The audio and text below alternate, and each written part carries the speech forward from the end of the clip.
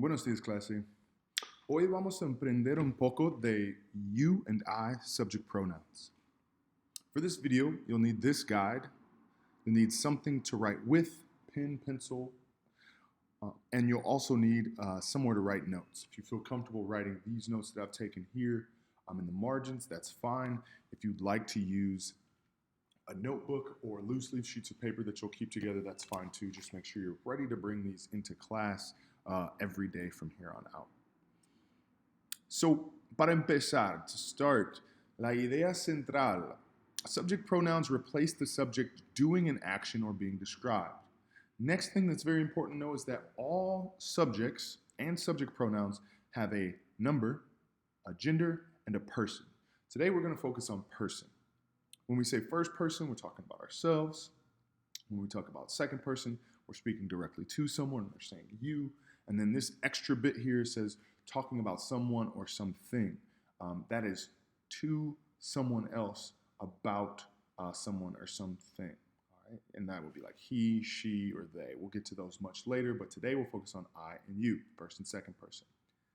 In English, each and every sentence has a subject, all of them. So this is something we should be very familiar with. Francisco is 15. Francisco is a noun, person, place, or thing. He is a subject. You are from Ecuador. You is a pronoun. So you goes in place of the person you might be talking about. So again, pronouns, as it says here, pronouns or subject pronouns replace the nouns, or when a subject of the sentence is a noun, it can be replaced by a subject pronoun. Up above, I would do some of that annotation in highlight form because you need to be able to identify subjects as well. You can tell who or what the subject is, I'm up here, by asking yourself who is doing something or what is being described. Again, subject, noun, pronoun. Similar, not all the same though. So we go down here, we see I and you. We talked about those before. I, like ice cream, would be a perfect use of first person to talk about yourself. And you prefer cookies. That's when you're referring to someone as you're also talking to them. Down below, section A is optional to complete. It's up to you, but this is a great review for the Spanish concept we're about to learn. Let's dive in together. Circle the subject pronoun, then check the appropriate column to tell which person the pronoun refers to. So we have a conversation here. It's important to see that these names are not a part of the dialogue, but they're letting you know who's talking. It says, hello, I'm Amy.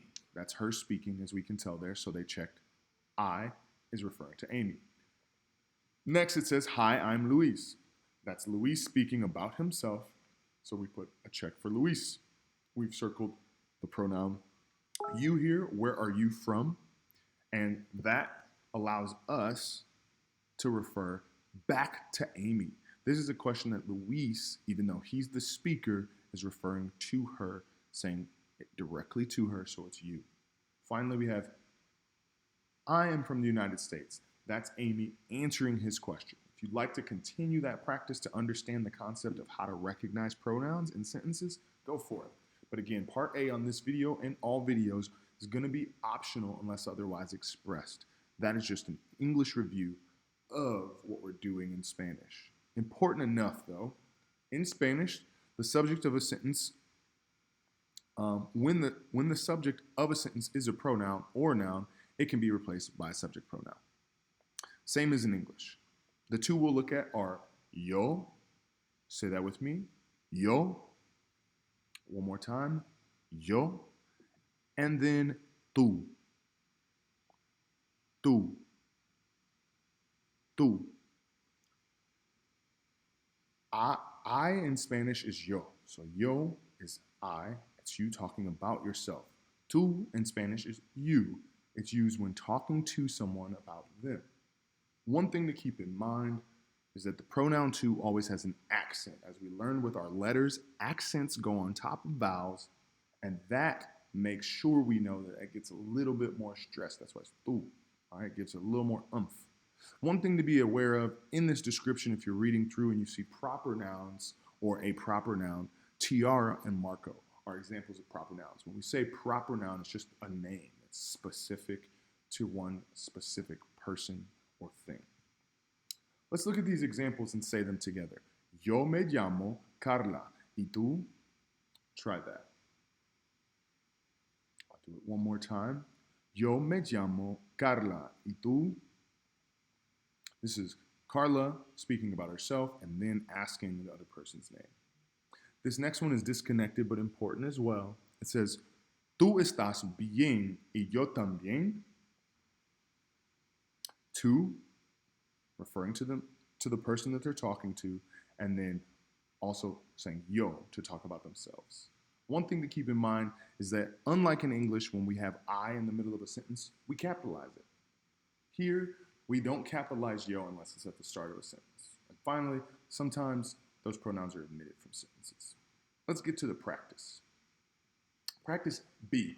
Circle the subject pronouns, then check the appropriate column to tell which person the pronoun refers to. I'm going to go through these first three, but again, first thing to note is that these names off to the side are not a part of the dialogue, but they do let you know who is speaking. First sentence is Juan talking. He says, Hola, me llamo Juan. Next sentence is also him. He says, ¿Y tú? First one is checked. As the text is said, he uses yo to talk about himself. Yo is talking about Juan. Then we see ¿Y tú? This tú here is him asking Pilar a question. He's asking her her name. In return, she says, Yo soy Pilar. ¿Qué tal? How are you?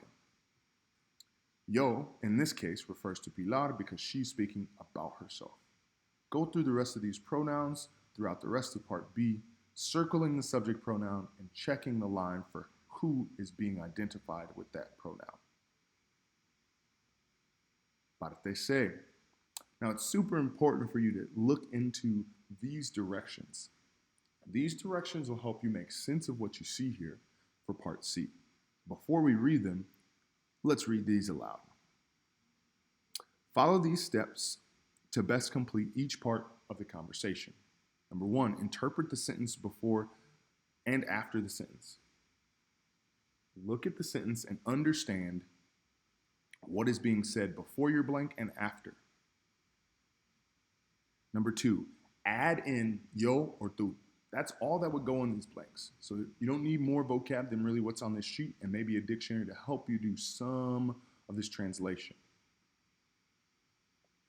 Use the example above, however, if you're having trouble understanding, because it has it somewhat filled in a similar context. And number 3, reread and interpret the sentence before and after with your answer included. So after you filled in tú or yo, reread and interpret to try to understand, does it make sense? And then finally, star any of these numbers that don't make sense to you when you're finished. Whether that's interpretation, vocabulary that you're unsure of how to look up, make sure you star those so that we can make sure we get clarity around them. This first one says, Yo soy Miguel. Yo soy Luis Miguel. We are adding in the pronouns tú or yo. In this case, they added yo because he's saying soy, similar to what we see here with Pilar. Down in number 2, it says, ¿Y tú, cómo te llamas? We see here it's going to be a question, and y yo wouldn't really make sense here, so we know it's going to be, and you, ¿cómo te llamas? As we go forward here, we're going to do one more together, number 3. Number 3, before we see it says, ¿Y tú cómo te llamas? ¿Cómo te llamas? Actually means, how do you call yourself, or what's your name? That's what's before. After, it says, Me llamo Selena. So what could go in this blank if this person is answering this question? If she's answering about herself, she's saying, Me llamo, I call myself, just like Juan called himself Juan. We want to make sure we add a yo here. Push forward into that practice after we finish going through part D. Finally, compare these sentences in Spanish and English. Yo soy alta, I am tall. Why do you think in Spanish one does not always have to use the subject pronouns.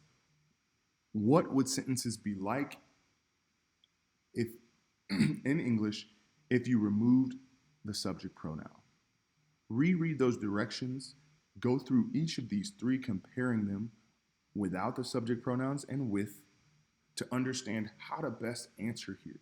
This section D, as well as a lot of section Ds, are going to require you to have an English answer about the concept. Go deeper into the concept by thinking about the examples provided and writing a thoughtful response of 3 to 4 sentences.